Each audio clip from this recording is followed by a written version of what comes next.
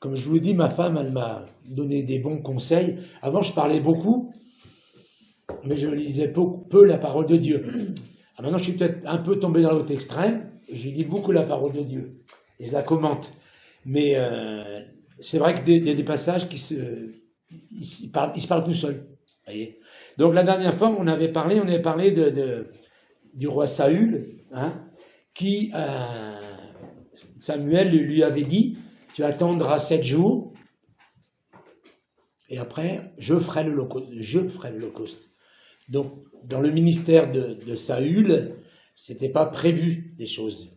C'est quand même une bonne chose, même pour nous aujourd'hui, d'apprendre à rester dans notre appel. Parce que si on est un évangéliste, on n'est pas un pasteur. Et si on est un prophète, on n'est pas un... Vous voyez, à moins d'être un apôtre et d'avoir un peu touché à tous les ministères, Dieu nous a donné une onction pour quelque chose. Amen. Et quand on est dans l'onction de notre appel, ça coule de source, ça va tout seul. C'est comme une rivière qui suit son cours. Mais dès qu'on fait des choses qui ne sont pas dans la volonté de Dieu, Dieu n'est pas avec nous. C'est pas que ça réussira pas, mais ça a un grand risque. Et le problème de Saül, c'est qu'il a bien attendu les 7 jours. Et il a dit, tu n'arrivais pas. Donc des fois, et c'est une chose que j'ai appris aussi, c'est que la bénédiction est tout près. On peut prier, on peut jeûner, on peut faire plein de choses, et arrêter juste avant. Imaginez que nous, on est monté la côte, puis arrivé en haut de la côte, on en est eu marre, puis on se dit, on n'a pas trouvé l'espérou, on redescend. Et des fois, ça arrive. Des fois, on est tout près. Et beaucoup de chrétiens disent, Dieu m'exauce pas. Et le problème, souvent, c'est un manque de patience. Parce qu'il dit, ceux qui parlent la foi et l'attente patiente héritent des promesses. Ou d'autres disent la persévérance, mais c'est un mot qui, d'après le dictionnaire, qui se rejoint. Vous voyez? Et donc, maintenant, on va parler de Josaphat, qui s'est retrouvé dans un même problème. Donc, Samuel 13, 10 dit, j'ai vu les Philistins qui arrivaient, hein, j'ai vu mes soldats se disperser, et j'ai vu que tu n'arrivais pas. Voilà, donc, il voit. Et là aussi, c'est une chose qu'il faut savoir, c'est que voir n'est pas forcément être dans le bon point de vue. Toi, je vois ma sœur derrière, mais il faut que je me pousse un petit peu. Mon point de vue, il n'est pas très... Toi, tu la vois mieux que moi. Tu as un point de vue, vous avez un point de vue qui est meilleur que le mien. Là, j'ai un grand garçon qui est devant moi, et pourtant, elle est juste là. Et si je dis j'ai vu, mais que j'ai des obstacles dans mon point de vue, et ce que je vais voir n'est pas forcément complet dans l'exactitude. Et lui, il dit j'ai vu. Et après, il va, de ce qu'il a vu, il va dire je me suis fait violence, je me suis dit je n'ai pas invoqué l'Éternel. De son point de vue à lui, il n'a pas cherché Dieu. Donc non seulement il a manqué de patience, il a manqué de patience, il n'a pas attendu jusqu'à, mais en plus, il a complètement déraillé parce qu'il n'a pas cherché Dieu. Et c'est impossible de faire la volonté de Dieu sans Dieu. C'est pour ça que Dieu nous a donné sa parole et son Esprit Saint. Avec sa parole et son Esprit Saint, je dirais pas que c'est facile, mais c'est en tout cas beaucoup plus facile. Donc, 2 Chroniques 20, il est dit au verset 2, hein, on vint prévenir Josaphat. Une armée vaste vient contre toi. Donc là, il n'est pas dit forcément j'ai vu, mais il a entendu. Et des fois, c'est des fois même plus catastrophique. Quand on voit quelque chose, des fois on dit ouais, mais ça peut aller. Quand on entend les choses, hein, surtout si c'est quelqu'un qui l'a rapporté catastrophé. Imaginez que la personne qui soit venue devant Josaphat, elle dit c'est la catastrophe, ça y est, il y a une vaste armée qui arrive contre nous. Bah, toujours est-il que moi j'aime beaucoup la parole de Dieu parce qu'elle est profondément honnête. Il est dit, Josaphat prit peur. Dans la parole de Dieu, il y a une grande honnêteté. Et j'ai remarqué, dans les dernières années, c'est pas pour faire une critique négative, mais dans les livres que nous lisons, dans les prédications que nous entendons, on a l'impression que c'est facile. Parce que ceux qui parlent ne disent pas le ressenti qu'ils ont. Ils vont dire, oui, j'ai fait ci, j'ai fait ça, mais c'est exact, mais c'est pas complet. Il faudrait de temps en temps qu'ils disent, j'ai fait ça, j'ai vu ça, mais j'étais dans mes petits souliers quand même. Mais on entend très peu ces choses-là. Et on pense que c'est pas bien de le dire. Il y en a même qui disent que ça glorifie le diable. Mais le ressenti, c'est pas quelque chose de mauvais. C'est pas le ressenti qui est important. C'est la solution que nous allons prendre. Parce que Saül a eu un ressenti, et ce ressenti lui a donné de prendre une mauvaise décision, celle de ne pas prier. Mais là, le ressenti de Josaphat, il va l'amener dans la prière. Il dit, Josaphat prit peur, il craignit l'Éternel, dit une autre version, il décida de consulter l'Éternel. Vous avez vu la différence entre Saül et Josaphat? En réalité, il y en a un qui est orgueilleux. L'orgueil, c'est de se passer de Dieu, de la force de Dieu. Et il y en a un qui est humble, sa crainte le mène et le pousse à chercher Dieu. Donc, c'est pas du tout quelque chose de négatif quand vous flippez. Mais qu'est-ce que tu vas faire quand tu vas aller mal? Est-ce que tu vas dire, Seigneur, je vais pas bien et j'ai besoin de toi? Parce que la Bible dit, déchargez-vous sur lui de tous vos soucis. Et j'ai remarqué qu'on se débarrasse que des soucis on se sent pas capable. Mais les choses qu'on se sent capable, on a appris à se débrouiller tout seul. Et moi, je pense qu'il faut apprendre à se débarrasser de tout sur le Seigneur, parce que les solutions ne sont pas toujours les mêmes. C'est pas parce qu'il t'a dit de faire d'une façon une fois qu'il te dira toujours de faire de la même façon. Et si tu fais de la bonne façon tout seul, c'est bien, mais si tu fais de la mauvaise façon tout seul, tu vas te retrouver dans une impasse. Donc c'est de l'humilité de crier toujours à Dieu. Un petit enfant, hein, il marche, il tombe, il n'a pas peur de dire « Papa, maman !» Vous voyez? Et on doit redevenir des enfants. Et il faut que notre besoin de Dieu, il soit constant. Sinon, à un moment donné, la prière ne sert plus à grand-chose. On n'a plus besoin vraiment de prier, puisqu'on sait. On sait se débrouiller. Mais le problème, c'est que si on veut vivre le réveil, parce que le réveil, c'est pas attendre qu'il arrive, mais ça veut dire se réveiller. Ça veut dire qu'on doit toujours chercher la face de Dieu pour la force de Dieu et la solution de Dieu. Il proclama un jeûne pour tout Juda. Non seulement il va chercher Dieu, mais c'est un problème collectif, recherche collective. Et là encore, je ne sais pas comment vous êtes, mais moi j'ai des problèmes à ce niveau-là. Des fois, je sens qu'il y a un problème collectif et je me mets tout seul dans le jeûne. Il y a des choses qui sont personnelles. Hein. C'est ça, on n'a peut-être même pas des fois à en parler. Vous voyez? Mais ce qui est pour tout le monde, il faut qu'on apprenne à partager. Et là encore, il y a un autre problème. Hein.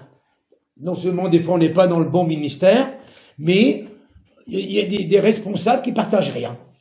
On vit des fois des années avec des gens, hein, puis on apprend un jour qu'il y a une faillite, ou qu'il y a même des fois un divorce, qu'il y a je sais pas quoi, il y a des problèmes collectifs, et il n'y a rien qui est dit. Donc, Josaphat, avec tout le peuple, il se met à prier. Et vous allez voir que sa prière est une prière de foi. C'est un vrai croyant. Dans 2 Chroniques 20, au verset 6, il commence à prier, et c'est un vrai croyant. C'est quoi un vrai croyant? C'est quelqu'un qui connaît son Dieu. Amen. Et c'est ça, en réalité, la différence qu'il y a entre Saül et Josaphat. Saül, il vient plus ou moins de se convertir.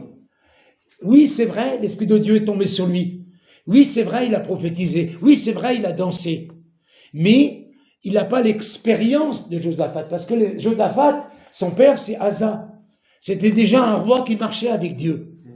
Et là, je voudrais dire aussi quelque chose. C'est un privilège, mes enfants, que vous avez de naître dans une famille chrétienne. Vous ne pouvez pas vous rendre compte à quel point c'est un privilège. Moi, je ne suis pas né dans une famille chrétienne et j'ai une sainte jalousie de ceux qui sont nés dans des familles chrétiennes.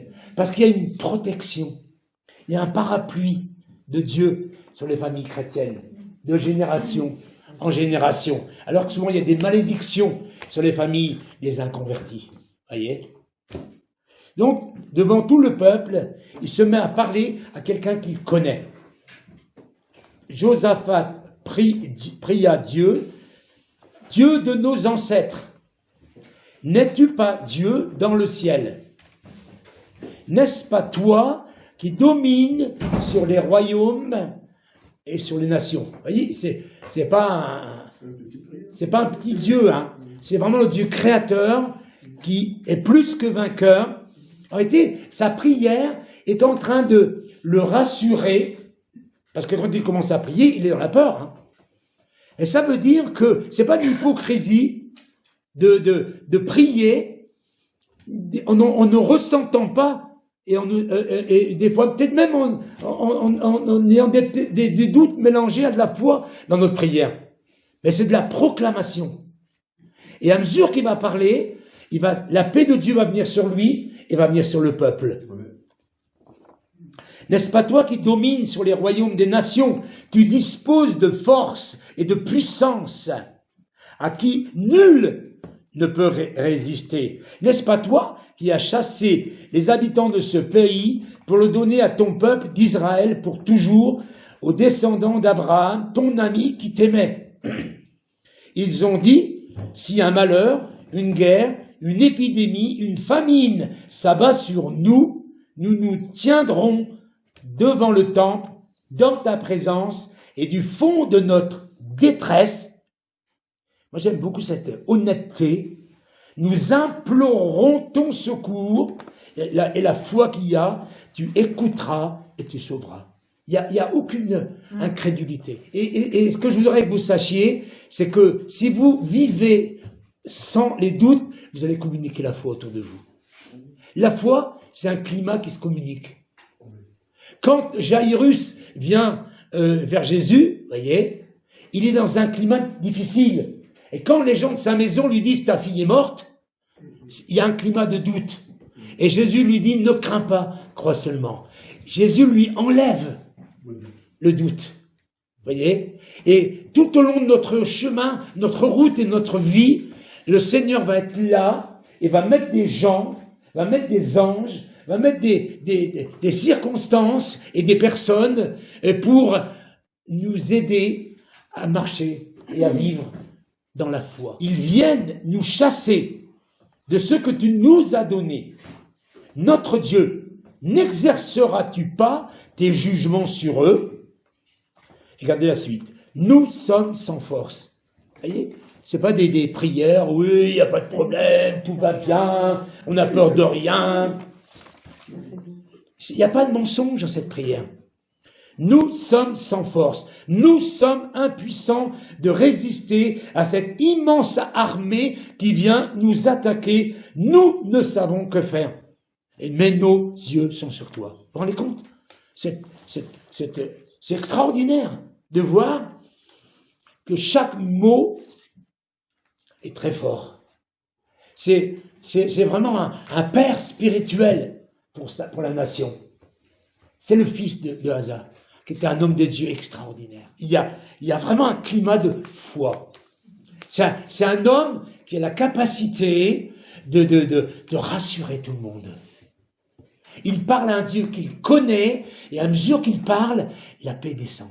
Mais là, Josaphat est attaqué de l'extérieur, mais on voit qu'à l'intérieur, il y a quelqu'un qui a la paix de Dieu. Et cette paix, il va la communiquer à l'extérieur. Elle ne va pas rester. Parce que c'est ça, Dieu nous a fait grandir les uns et les autres dans des expériences difficiles, dans des chemins difficiles. Mais pour que nous puissions devenir des grands frères et des grandes sœurs qui allons, dans les temps difficiles que nous sommes en train de vivre, qui va dire, Dieu va intervenir. Attendons-nous au Seigneur. C'est pas un mensonge. C'est pas ouais, à chaque fois on dit le réveil va venir. Oui, c'est un temps qui prépare la venue du Seigneur. Verset 13, vous allez voir comme c'est beau.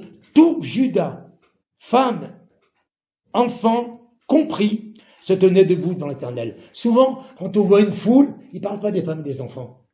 Mais là, tout le monde est là. Et c'est bien que vous soyez là. Voyez? Les femmes, les enfants, tout le monde était là. Ma petite poulette. Tout le monde était là.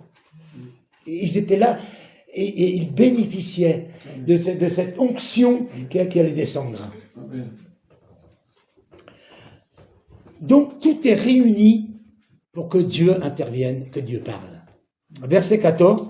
Alors, l'Esprit de l'Éternel vint sur Jézakhiel et dit, soyez attentifs, vous tous habitants de Juda et de Jérusalem, et toi aussi, roi Josaphat, soyez attentifs. Vous vous êtes mis dans une disposition où je peux parler, dit le Seigneur. Et des fois on dit, pourquoi est-ce que Dieu ne parle pas? Mais est-ce que nous, dans les temps que nous vivons maintenant, dans quelle disposition nous sommes? Est-ce que nous sommes dans une disposition d'écoute, où Dieu va pouvoir parler? Ou est-ce que nous allons paniquer avec les autres, ou même créer des choses qui vont être de travers avec les autres? Mes amis, nous sommes dans un temps d'attente, et nous attendons que Dieu nous parle. Et attention, les faux prophètes, il y en a plein aujourd'hui. Ils se lèvent à toute vitesse, les faux prophètes, pour dire, ainsi parle l'Éternel, il va se passer ci, il va se passer ça. Voyez, c'est faux. Aujourd'hui, on ne peut pas dire que Dieu a parlé. On ne sait pas ce qui va se passer. Et tous ceux qui vont arriver en disant, n'ayez crainte, il va se passer ci, il va se passer ça, faites attention. Et même si vous les écoutez, mettez de côté. Écrivez, mettez de côté, mais ne partez pas dans ces prophéties. Parce que ça ne sera pas mieux que Saül, qui n'a pas écouté Dieu et qui a fait ce qu'il a voulu, voyez. Si on écoute des faux prophètes, ça va mener dans une impasse, la même chose. Et mes amis, nous avons trop souffert les uns et les autres pour aller dans une impasse aujourd'hui. Ou alors nous sommes des masochistes. Mais comme nous ne sommes pas des masochistes, nous n'avons pas l'intention aujourd'hui d'aller dans une impasse. Et nous voulons avoir la patience d'attendre. Parce que c'est vraiment ce que Dieu m'a montré, que j'ai déjà parlé la dernière fois. L'attente patiente. Imitez ceux qui parlent la foi, et l'attente patiente hérite des promesses.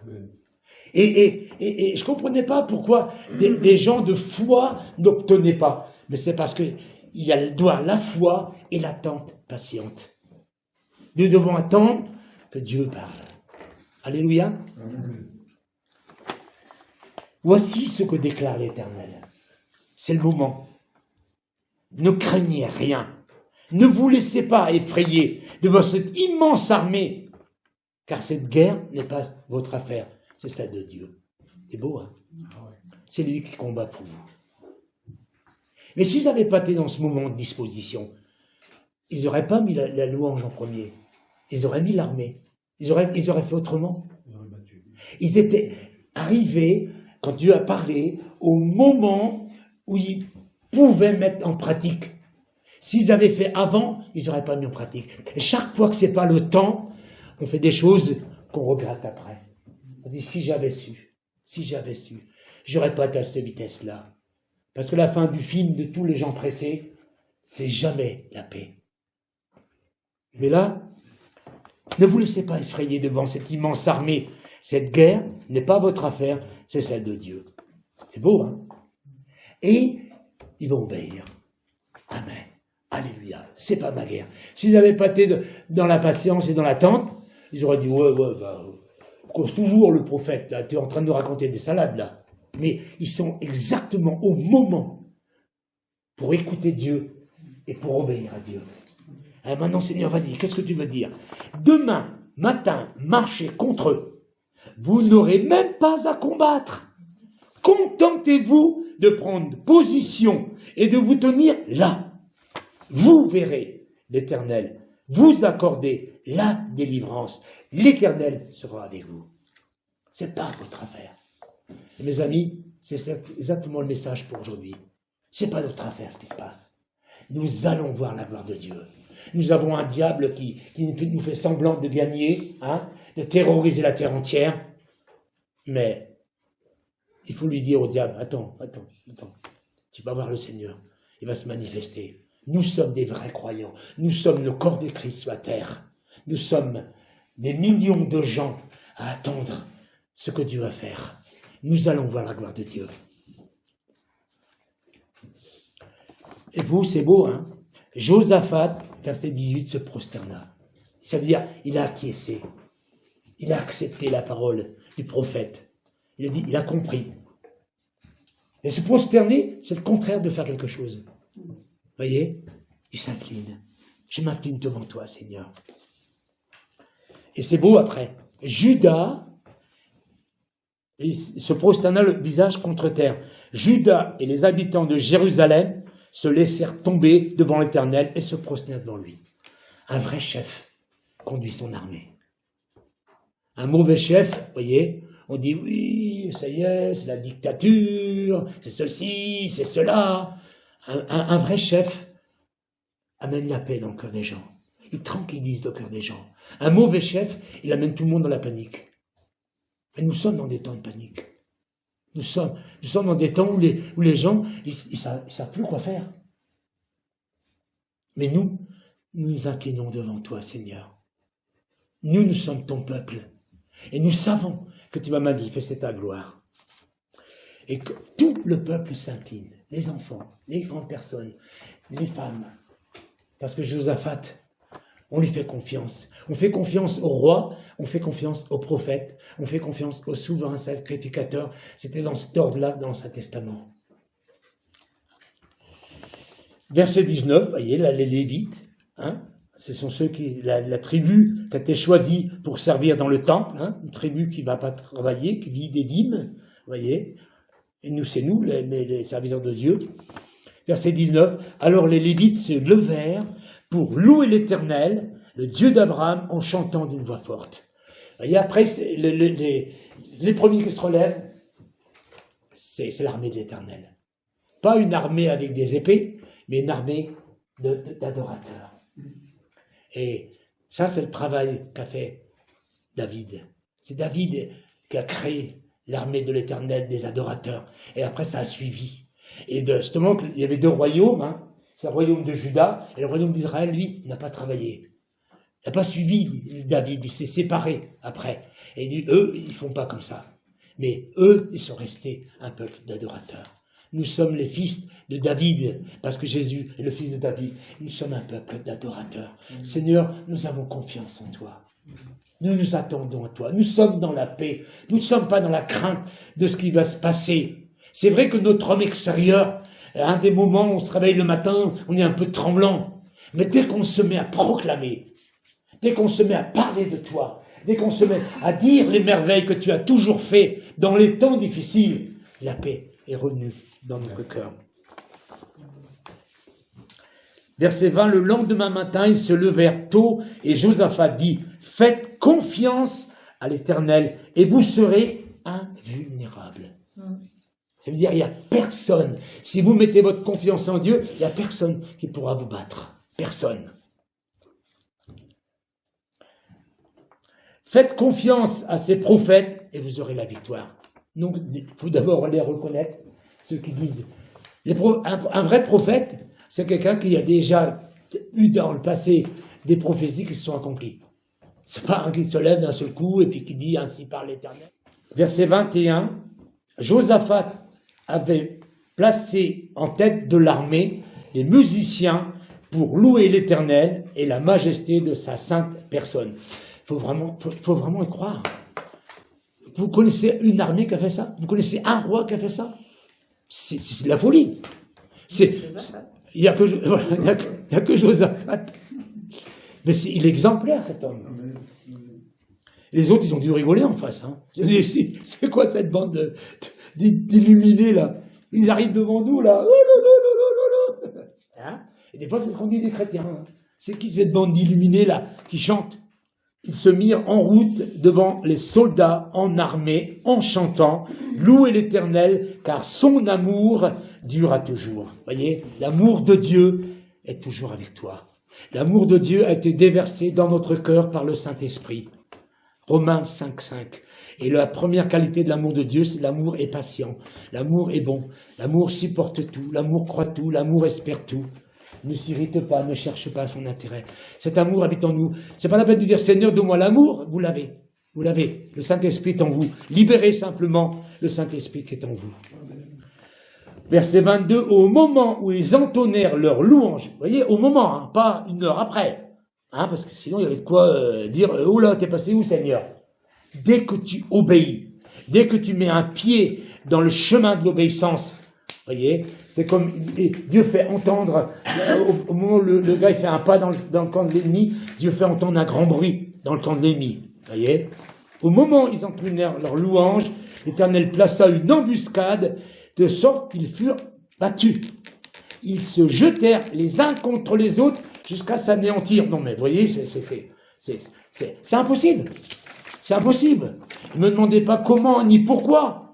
Parce que des fois je me dis, mais pourquoi Seigneur, toi qui dis d'aimer notre ennemi, et là ils se sont entretués et tout ça. Qu'est-ce qui s'est passé dans le ciel? Moi je pense que les anges dans le ciel ont dû prendre la victoire, ils ont dû ligoter tous les mauvais esprits, hein. Et les gens se sont retrouvés les uns contre les autres parce que c'était plusieurs peuples. Hein. Donc c'est pas forcément le même peuple qui s'est entretué, mais ils se sont entretués en peuple. Mais vous voyez, mais on peut pas comprendre, on peut pas expliquer. C'est inexplicable. Tu te mets à chanter et tu te mets à louer. Et Paul est dans sa prison, il est battu. C'est pas normal. Dieu lui a dit passe en Macédoine, secours-nous. Il se met à chanter. Et au moment où il se met à chanter, il y a un tremblement de terre.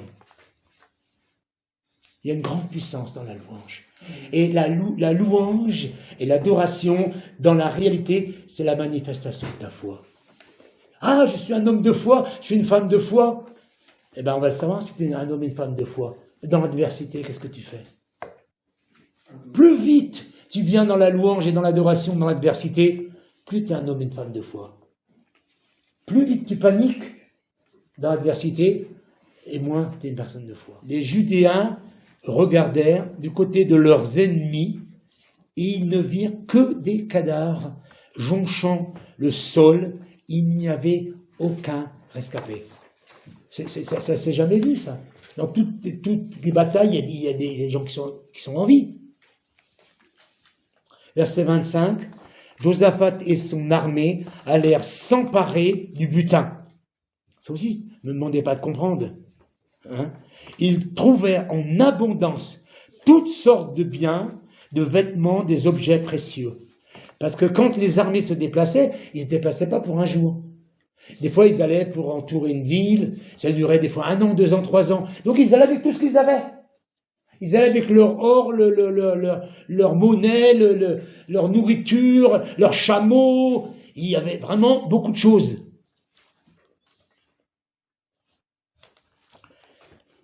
Il y avait une telle quantité qu'ils ne purent tout emporter.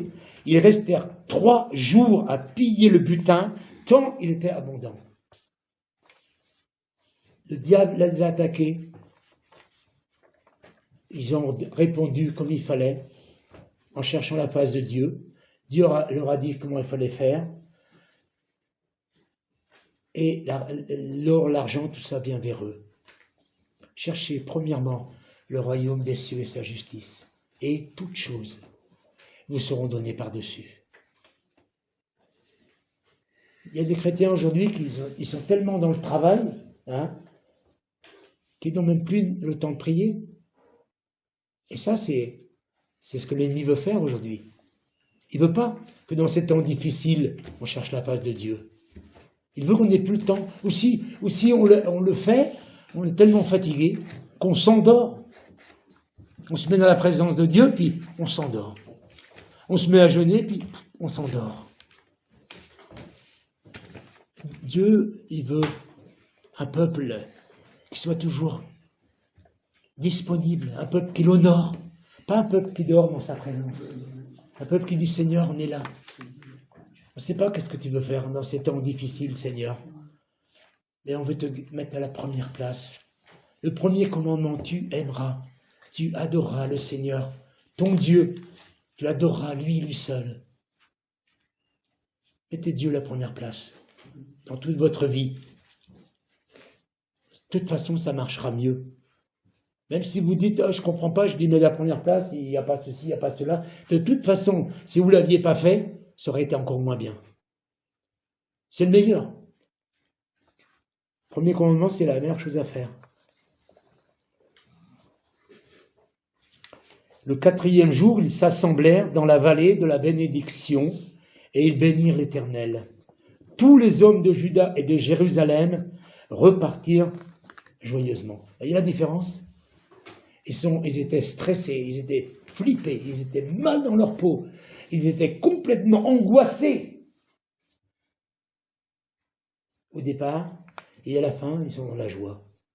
La joie et la paix sont les preuves que nous sommes vraiment connectés dans la présence du Seigneur. L'angoisse, l'énervement, le stress, toutes ces choses-là, ça ne veut pas dire qu'on est à côté, mais on n'est pas encore arrivé. On n'est pas encore entré dans sa présence. Dans sa présence, il y a la paix et la joie. Ils repartirent joyeusement sur le chemin de la ville. Ils arrivèrent à Jérusalem au son des instruments et se rendirent au temple de l'Éternel. Vous avez vu ? Ils ne rentrent pas chez eux en disant « Allez, c'est fini ». Ils vont au temple. Amen. C'est beau, hein ? Moi, j'aime la parole de Dieu parce qu'il n'y a pas un mot qui ne sert à rien. Quand Jésus parle, chaque mot, il faut écouter parce que c'est précieux. C'est pas en vain, c'est pas à luxe. Ils sont revenus au temps 29. Tous les autres peuples furent frappés de terreur. Quand tu marches avec le Seigneur, les démons te craignent. C'est pas pour faire parce qu'il est dit, réjouis-toi que ton nom est inscrit dans le livre de vie, ne te réjouis pas que les démons te sont soumis. C'est pas se réjouir que les démons nous sont soumis, mais c'est certain. Quand tu marches dans l'obéissance, dans la louange, dans l'adoration, dans l'écoute, dans la recherche de Dieu, dans le jeûne, dans la prière, l'ennemi te craint. Frappé de terreur. C'est le contraire. La terreur était dans le camp de Josaphat, elle a changé de camp. C'est magnifique. Car ils avaient combattu les ennemis d'Israël. Verset 30. Dès lors, c'est beau aussi, le royaume de Josaphat jouit de la tranquillité de son Dieu, lui assura la paix sur toutes ses frontières. Vous vous rendez compte ? Josaphat et le peuple de Dieu va être craint. Alors que la désobéissance amène le contraire, amène de l'irrespect total envers le peuple de Dieu. Nous voulons que les gens craignent Dieu, obéissons à Dieu. Amen. Soyons des adorateurs.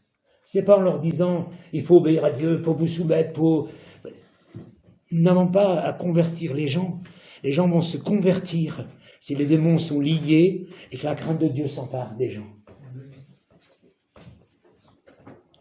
Verset 32, Josaphat suivit l'exemple de son père Asa. C'est beau, hein ? Donc, nous soyons des pères pour nos enfants. Soyons des pères pour ces générations qui arrivent, tous ces jeunes qui n'ont pas connu les 30 glorieuses comme nous les avons connues, qui arrivent dans des temps difficiles. Donc, soyons des modèles, afin que ceux qui sont nos enfants et nos petits-enfants, quand ils nous voient, ils disent, bon, si papa, maman, si le pasteur, si les amis, ils sont dans la paix, je peux être aussi dans la paix. C'est beau, hein ? Il y a des gens qui veulent absolument, par leur autorité,